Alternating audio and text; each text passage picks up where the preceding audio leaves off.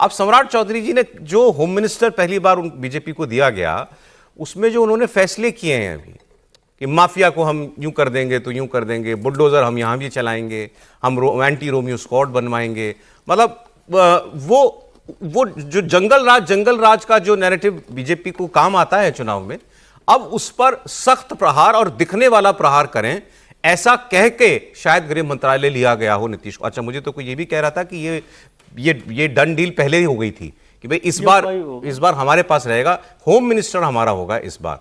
तो ये नीतीश जी से पहले ये बात हो चुकी थी, ऐसा किसी ने जानकारी दी। तो सम्राट चौधरी अब उस लीक पर आगे बढ़ रहे हैं कि ये बीजेपी का शासन है, सिर्फ एनडीए ना समझें इसको, बीजेपी का शासन है। सुनिए। एक बात बताइए, अनंत सिंह के खिलाफ जो अपराधी हैं, चाहे वो किसी भी स्तर के माफिया हो, जमीन माफिया हो, बालू माफिया हो या शराब माफिया, इसको चिन्हित करने का काम किया जाएगा, उनके खिलाफ कार्रवाई की जाएगी। माफिया को आइडेंटिफाई करने का काम सरकार करेगी और जिन लोगों को भी माफिया आइडेंटिफाई होगा, वैसे लगभग 400 लोगों को आइडेंटिफाई किया है। सरकार ने न्यायालय में इसके लिए आवेदन दिया है, 2 की सहमति मिल चुकी है और आगे सहमति मिलेगी तो सबके संपत्ति को जब्त करने का काम। मैं बार बार कहता हूं कि ऑर्गेनाइज क्राइम नहीं होने, किसी भी हालत में ऑर्गेनाइज क्राइम करने वाले खिलाफ बिहार की पुलिस सख्ती के साथ कार्रवाई करे।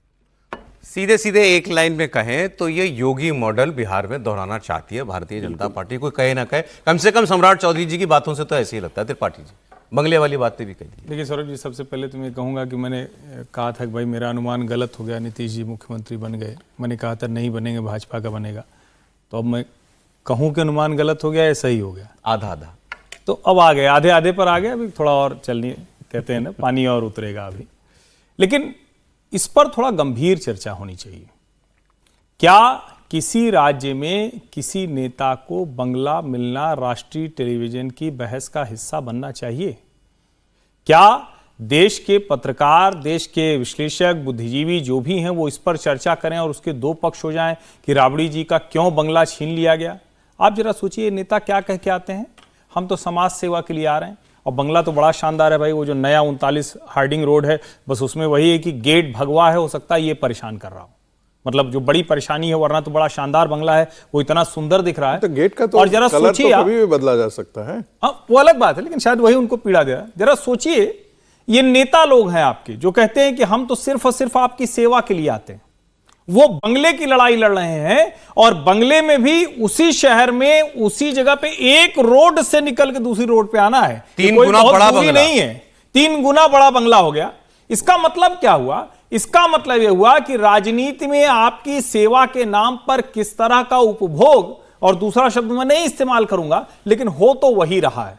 और क्या यह किसी का विशेषाधिकार हो सकता है? अगर विशेषाधिकार है फिर तो यह राजशाही हो गई कि मेरा महल हो गया, अब इस पे कोई और नहीं आ सकता जब तक कोई और कब्जा न करे। लोकतंत्र में तो मेरा मानना है कि हर 5 साल के बाद जब सरकार बदले तो मुख्यमंत्री के बदले बंगले की बात अलग है, वरना सारे बंगलों को जरूरत है तो उसको बदला ही जाना चाहिए। किसी का विशेषाधिकार नहीं हो सकता है। और बिहार में बहुत सारी बीजेपी निश्चित तौर पर अब उसी राह पर चलेगी जो आप कह रहे हैं। आप एक लाइन कह लीजिए। देखिए, कहीं भी आप जाएं विदेश वगैरह में, 10 डाउनिंग स्ट्रीट, प्रधानमंत्री जिस दिन खाली कर त्याग पत्र देते हैं, अगले दिन अपना बोरिया बिस्तर बांध कर बिल्कुल सब जगह। अरे साइकिल पर जाते हैं वहां तो प्रधानमंत्री साइकिल पर पार्लियामेंट चला जाता है, प्राइम मिनिस्टर।